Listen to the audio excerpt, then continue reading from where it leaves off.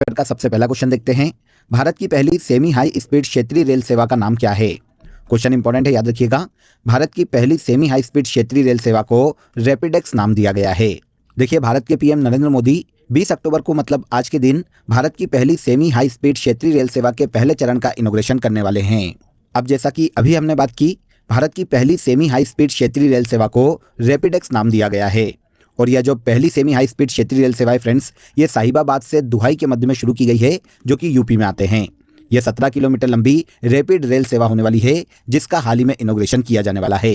यह जो ट्रेन है फ्रेंड्स, ये regional rapid transit system corridor पर चलेगी। यह जो कॉरिडोर है दिल्ली, गाजियाबाद और मेरठ को जोड़ता है, जो कि ऑलमोस्ट 82 किलोमीटर लंबा है। दिल्ली से लेकर गाजियाबाद और गाजियाबाद से लेकर मेरठ तक ये जो कॉरिडोर है फ्रेंड्स, इसके निर्माण की टोटल लागत ऑलमोस्ट 30,000 करोड़ होने वाली है। इस कॉरिडोर का निर्माण राष्ट्रीय राजधानी क्षेत्र परिवहन निगम के द्वारा किया जा रहा है, जिसके 2025 तक पूरा करने का लक्ष्य रखा गया है। तो भारत की पहली सेमी हाई स्पीड क्षेत्रीय रेल सेवा को रैपिडेक्स नाम दिया गया है।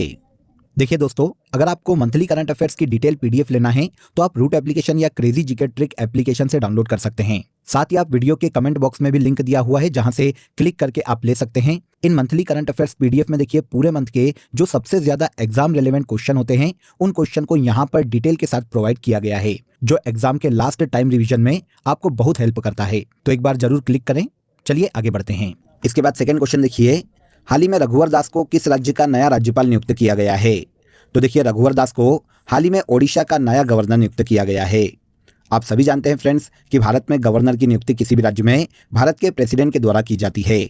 इसी क्रम में भारत की प्रेसिडेंट द्रौपदी मुर्मू ने त्रिपुरा और ओडिशा राज्य में नए गवर्नर की नियुक्ति की। इनमें से ओडिशा राज्य के नए गवर्नर रघुवर दास नियुक्त किए गए और इसके अलावा त्रिपुरा राज्य के नए गवर्नर के रूप में इंद्रसेना रेड्डी नल्लू को नियुक्त किया गया है। रघुवर दास के पहले ओडिशा के गवर्नर प्रोफेसर गणेशी लाल थे और इसके अलावा त्रिपुरा के गवर्नर सत्यदेव नारायण आर्य थे, जिनके स्थान पर इंद्रसेना रेड्डी नल्लू को त्रिपुरा का नया गवर्नर नियुक्त किया गया है। व्यू से अगर हम देखते हैं तो भारतीय संविधान का आर्टिकल 153 ये प्रावधान करता है कि हर राज्य का एक राज्यपाल होगा। इसके अलावा आर्टिकल 155 में राज्यपाल की नियुक्ति भारत के प्रेसिडेंट के द्वारा की जाती है।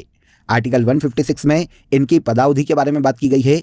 आर्टिकल 159 में इनके शपथ से संबंधित प्रावधान किए गए हैं और संविधान के आर्टिकल 161 में गवर्नर की क्षमादान की शक्तियों का उल्लेख किया गया है। क्वेश्चन हमारा रघुवर दास से था, तो रघुवर दास हाल ही में ओडिशा के नए गवर्नर नियुक्त किए गए हैं। इसके बाद आगे आ जाइए। हाल ही में पीएम नरेंद्र मोदी ने किस राज्य में प्रमोद महाजन कौशल विकास केंद्रों का इनॉग्रेशन किया है? देखिए, प्रमोद महाजन का आपने काफी बार नाम सुना होगा।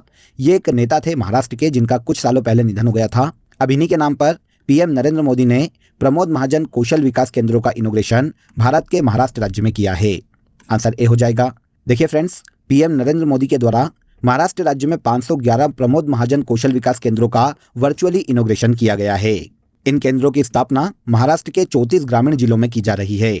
अब उद्देश्य क्या है इन कौशल विकास केंद्रों का? तो नाम से आपको समझ में आ जाएगा कि कौशल विकास प्रशिक्षण कार्यक्रम के द्वारा राज्य के ग्रामीण युवाओं को रोजगार उपलब्ध करवाना और इसके अलावा युवाओं में कुशल मानव शक्ति को विकसित करना इन प्रशिक्षण केंद्रों का मुख्य उद्देश्य है। तो प्रमोद महाजन कौशल विकास केंद्रों का इनॉग्रेशन भारत के पीएम नरेंद्र मोदी ने महाराष्ट्र राज्य में किया है। महाराष्ट्र की कैपिटल देखिए मुंबई है। रमेश बैस यहाँ के गवर्नर के पद पर हैं और एकनाथ शिंदे वर्तमान में महाराष्ट्र के चीफ मिनिस्टर के पद पर हैं। ग्लोबल पेंशन इंडेक्स 2023 में भारत की रैंक क्या है? देखिए, ये जो इंडेक्स है पहले हम इसे जान लेते हैं। ग्लोबल पेंशन इंडेक्स की अगर हम बात करते हैं तो किसी भी देश में जो वृद्धा पेंशन है, जो पेंशन दी जाती है किसी भी नागरिक को, उसकी प्रोसेस कितनी सिंपल है, क्या पेंशन सही समय पर सही व्यक्ति तक पहुंच पा रही है, इस आधार पर इस इंडेक्स में रैंक प्रदान की जाती है। 2023 में ग्लोबल पेंशन इंडेक्स में देखिए 47 देशों को सम्मिलित किया गया है, जिसमें भारत की रैंक 45वीं है। आंसर भी हो जाएगा। हाल ही में जारी ग्लोबल पेंशन इंडेक्स 2023 में भारत को 45वीं रैंक पर रखा गया है और इस इंडेक्स में 47 कंट्रीज को काउंट किया गया था। लास्ट ईयर 2022 में देखिए इस इंडेक्स में भारत 44 देशों में 41वें स्थान पर था। अब इस इंडेक्स में टॉप सबसे ऊपर जो देश है, हम उसकी बात करें, पहली रैंक पर जो देश है अगर हम उसकी बात करें तो यह नीदरलैंड है, जहां पर पेंशन का सिस्टम सबसे अच्छा है, सबसे सहूलियत भरा है। इसके बाद सेकंड नंबर पर आइसलैंड आता है और थर्ड नंबर पर डेनमार्क इस इंडेक्स में जगह दी गई है। अब बात आती है कि इस इंडेक्स में 47 मतलब सबसे लास्ट नंबर पर कौन है? तो ये है दक्षिण अमेरिकी देश अर्जेंटीना, जहां का पेंशन देने का सिस्टम 47 देशों में सबसे खराब है। तो 47वें स्थान पर इस इंडेक्स में अर्जेंटीना को रखा गया है। हर साल यह जो इंडेक्स है अमेरिका की मर्सर CFA इंस्टीट्यूट के द्वारा जारी किया जाता है। पूरे विश्व के देशों में पेंशन प्रणालियों का आंकलन करना इस इंडेक्स का मुख्य उद्देश्य है। 2023 के ग्लोबल पेंशन इंडेक्स में 47 देशों में भारत की रैंक 45वीं है। इसके बाद आइए, मैडम कमिश्नर नामक बुक किसके द्वारा लिखी गई है? मैडम कमिश्नर नामक जो बुक है फ्रेंड्स, ये मीरा बोरवडकर के द्वारा लिखी गई है। आंसर भी हो जाएगा। मीरा बोरवडकर की अगर हम बात करें तो ये पूर्व IPS अधिकारी है जिन्होंने मैडम कमिश्नर नाम की पुस्तक लिखी है। इस बुक में इनके IPS रहते हुए इनके कार्यकाल के बारे में इन्होंने सभी घटनाओं का जिक्र किया है। इसके अलावा 26/11 मुंबई हमले का दोषी मतलब अजमल कसाब के बारे में भी काफ़ी सारे बातें इन्होंने इस किताब में बताई है। यहाँ पर यह याद रखिएगा कि मीरा बोरवडकर महाराष्ट्र कैडर की 1981 की IPS अधिकारी है।